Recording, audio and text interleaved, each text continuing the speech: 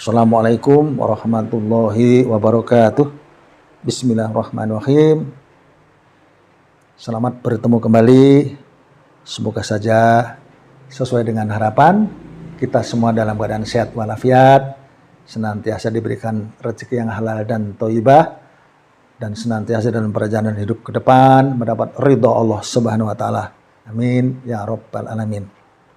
Kembali dalam pertemuan seperti ini, kita hanya memberikan rujukan weton yang disatukan sebagai satu pasangan. Kemudian diuraikan tentang perjalanan itu sendiri sesuai dengan titen-titen.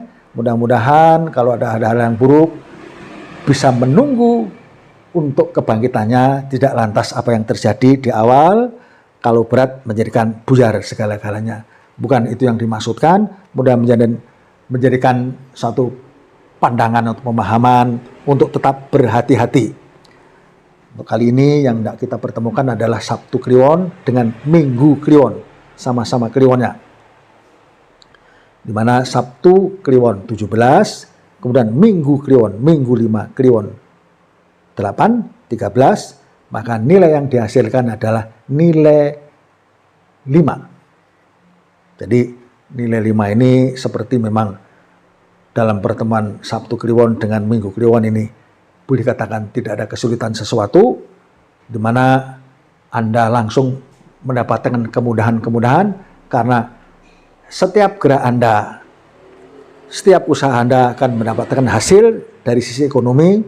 Maka kadang-kadang atau selalu saya sampaikan bahwa ketika ada nilai rezeki ini diusahakan untuk lebih dinamis, tingkatkan energi akan yang didapatkan, supaya yang didapatkan lebih akan meningkat lebih banyak untuk sebagai tabungan, untuk sebagai satu pertahanan atau strategi agar ketika memasuki sesuatu yang sulit bisa jadi tidak terlalu berat. Kemudian Sabtu Kliwon dengan Minggu Kliwon ini diawali dengan rezeki, masuk pada periode yang kedua dan tiga ini sama-sama padu dalam 8 tahun ketiga dan 8 tahun kedua. Jadi 8 tahun kedua dan ketiga ini nilainya adalah padu. Tapi padu yang tertunjang oleh ekonomi masih dinamis. Kalau diawali dengan ekonomi yang mudah tapi tetap dinamis, tetap maju ke depan pada periode yang ketiga dan kedua, itu insya Allah dalam hitungan seperti ini keluarga Anda adalah ekonomi yang tentunya sangat kuat karena 3 periode boleh dikatakan tidak ada kesulitan, terlepas daripada ada unsur padu. Ada unsur padu di periode yang kedua dan ketiga.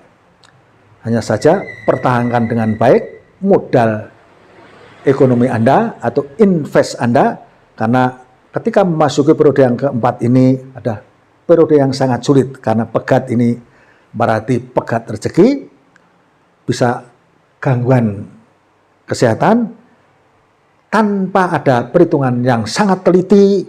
Justru disinilah kehancuran, disinilah kejatuhan dan kejuaraan biasanya dari sisi ekonomi kalau kurang berhati-hati.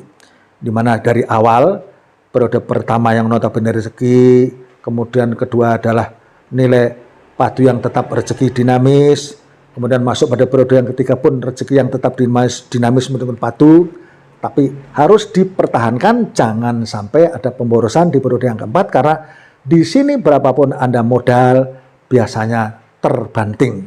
Di sini bisa bangkrut pada periode yang keempat kalau tidak berhati-hati. Lebih baik dipertahankan dengan kesederhanaan, lebih baik seadanya untuk masuk periode yang ke-5 dengan nilai gusip, tetapi tidak ada pergerakan jatuh. Meskipun dominasi adalah gosip, tapi Anda dan keluarga dalam keadaan insya Allah ada kebangkitan, meskipun kebangkitan yang dalam artian standar. Jadi setelah terganggu, ada sulitnya di periode keempat, tapi ada kemudian di periode yang ke-5. Jadi secara keseluruhan harusnya Sabtu Kliwon dengan Minggu Kliwon hanya terhenti pada kesulitan di periode yang keempat, Harusnya keluarga pun ini adalah keluarga yang kuat secara ekonomi. Asal di periode yang keempat tadi Anda harus dengan perhitungan yang sangat matang untuk tidak membuang-buang modal. Terima kasih. Kemudian saya harap Anda subscribe sebelum saya sambungkan kemudian Sabtu Kliwon kepada Senin Legi. Sabtu 9 Kliwon 8:17, Senin Legi, Senin 4 Legi 5. Jadi periode pertama adalah lungguh. Di sini pun ada kemudahan. Malah justru kalau orang tua dulu mengatakan kajen, lungguh tenang nyaman dalam artian rezeki lancar dan dihormati dalam bahasa ini. Mudah-mudahan seperti itu. Cuma saja Anda harus bersikap hati-hati ketika ada kecenderungan untuk sulitnya usaha. Lebih baik Anda hentikan untuk berboros modal. Karena ketika masuk pada periode kedua adalah nilai pegat. Jadi ketika Anda sudah merasakan sulitnya usaha, di periode yang kedua ini lebih baik Anda pertahankan untuk berhemat. Jangan sampai modal Anda yang sudah Anda kumpulkan di periode yang pertama lolos pada periode yang kedua. Karena memang pada periode kedua ini nilai pegat benar-benar terlihat jelas di situ. Tunggu sampai kebangkitan pada periode yang ketiga, yaitu nilai 5, yang notabene memang rezeki yang kuat, di mana kemudahan-kemudahan muncul, apapun yang Anda usahakan, insya Allah menjadi kekuatan ekonomi. Kemudian tertunjang oleh masuknya periode keempat pun, terlepas dari nilainya memang padu, tapi pergerakan ekonomi tetap semakin menjadi lebih kuat. Hanya memang harus berhati-hati, karena masuk kembali pada periode kelima adalah nilai pegat kembali. Jadi setelah ada kebangkitan di periode yang ketiga, tapi Anda kurang perhitungan, tidak hati-hati, maka bisa terlepas semua pada periode yang kelima. Karena memang periode yang kelima ini jatuh kepada posisi pegat.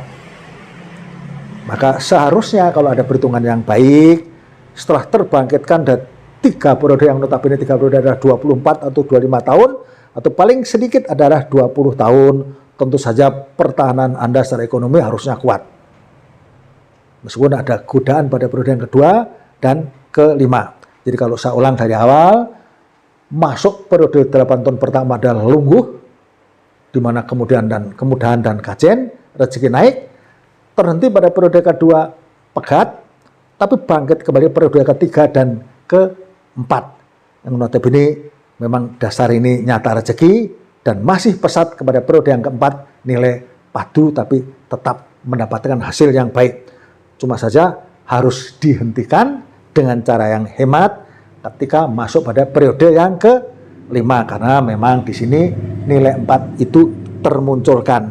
Jadi kalau secara keseluruhan Sabtu Kliwon dengan Senin Legi ini memang dengan banyak kehati-hatian dan perhitungan, mudah-mudahan tidak lantas menjadi keluarga yang kekurangan, tapi dengan perhitungan yang baik harusnya adalah keluarga yang tercukupkan dari sisi ekonomi.